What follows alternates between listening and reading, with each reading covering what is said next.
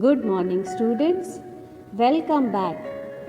I hope you all are safe and sound at home.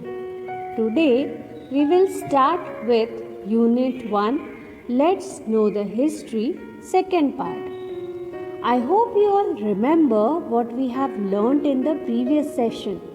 We have learned an interesting subject of social science, a subject that tells us about history.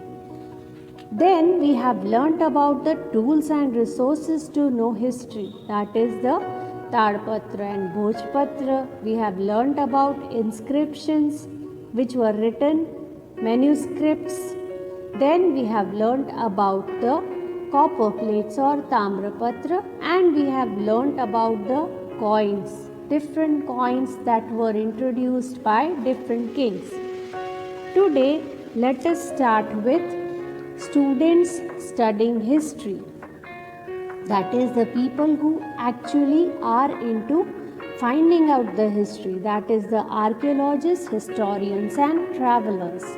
History means information given by archaeologists about past of human society on the basis of research. They go to ancient places and dig out the houses, coins, bricks, stones, implements, sample of food, bones of men and animals, etc., and study them and make us aware about culture of men of that time. So here when we are talking about archaeologists, they are the people who do research on excavation sites and get us information about the past by studying different things like tools, weapons, utensils, ornaments, dead bodies, etc., which are found on the excavation sites. Man has been wandering from one place to another since ancient times. Many travelers have visited other countries to note life of people there.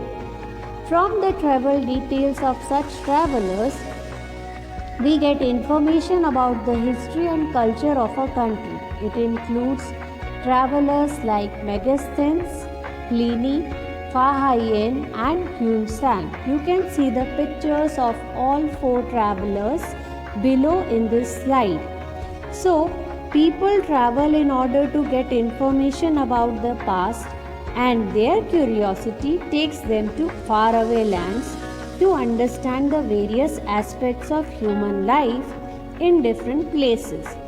We can also learn about the past from the travel details of such people. The researches of archaeologists and historians give us glimpse of great civilization which flourished in the northwest region on the banks of river Indus. In India, many cities existed more than 4,500 years ago. In the same way, it can also be known that many cities developed on the banks of river Ganga and nearby area about 2,500 years ago. So we are able to know about the Indus Valley civilization or the Harappan or the Mohenjo-daro civilization due to such sources only. It gives us information how man traveled from one place to another in search of food and how he settled down near the banks of river and started doing agriculture. All these tools give us information about customs, food, attire, technology and culture of people of that time. By exploring many cities and villages, they have given us information regarding cotton, barley, wheat. Besides this, they have also given us information about animals of that time. Archaeologists are the scholars who study about past. They categorize the tools found to researches, collect data from manuscripts, documents, archives, and then scribe them in a rigorous way. Archaeologists and historians bring past to life. So, the work of the archaeologists and the historians is to rewind the past and put it live in front of us. They study the remains excavated and come to conclusions with proper proofs in hand. Now let us know how, because of the past, we have actually derived the name of our country, India or Bharat. We know our country by two names, India and Bharat. The word India is derived from Indus, which is called Sindhu in Sanskrit.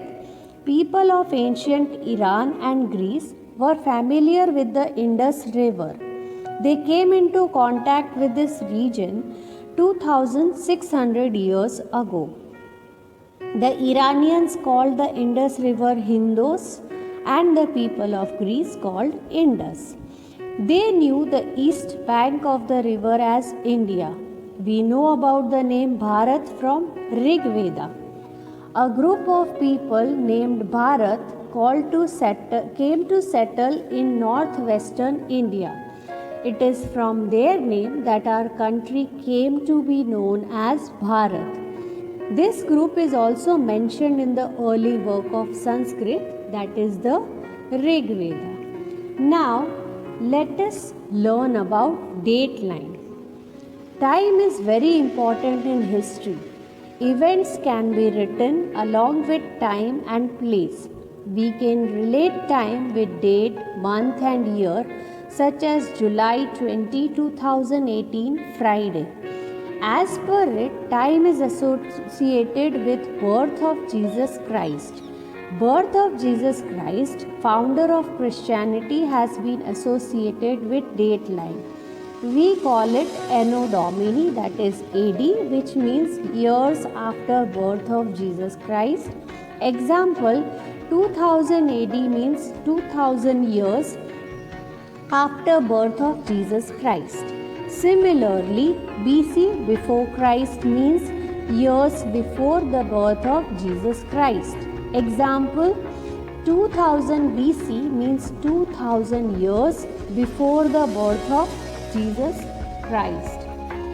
So here when we talk about the dateline, it is a line on which you can mark the beginning and end of a period of time. We can arrange events in order of their happening on the timeline. During the Middle Ages, it was decided that in order to assign numbers to each of the years, they had to start counting from a single point of time. However, since the decision to number all the years was made in Europe during the Middle Age, they decided that the single point of time that they would use to measure everything would be the event they consider to be the most important event in human history, that is, the birth of Jesus Christ. Using the system, they described any event that occurred before the birth of Christ as BC, meaning before Christ.